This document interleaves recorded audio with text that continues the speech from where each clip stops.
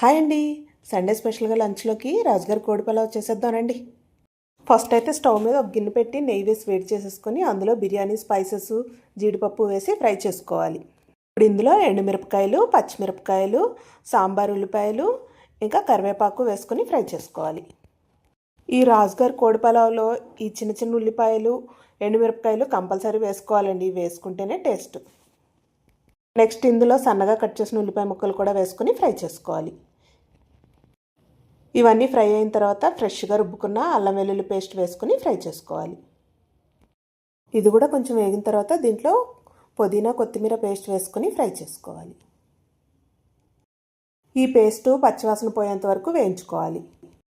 ఇప్పుడు ఇందులో ఉప్పు, కారం, పసుపు, గరం మసాలా, ధనియాల పొడి, బిర్యానీ మసాలా వేసుకొని బాగా కలుపుకోవాలి. ఇప్పుడు ఇందులో శుభ్రంగా కడిగిన చికెన్ వేసుకొని బాగా కలుపుకోవాలి.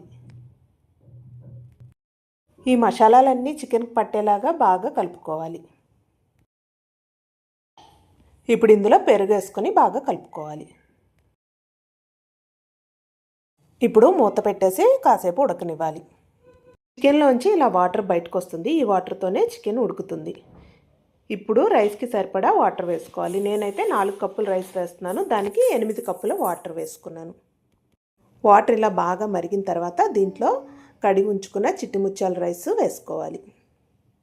ఇప్పుడు ఇందులో కొంచెం కొత్తిమీర, పుదీనా కూడా వేసుకొని బాగా కలుపుకోవాలి. ఇప్పుడు మూత పెట్టేసి పైన బరువు పెట్టుకుని దమ్ చేసుకోవాలి. ఒక 20 మినిట్స్ దమ్ చేస్తే రైస్ అయితే మనకి ఉడికిపోతుంది.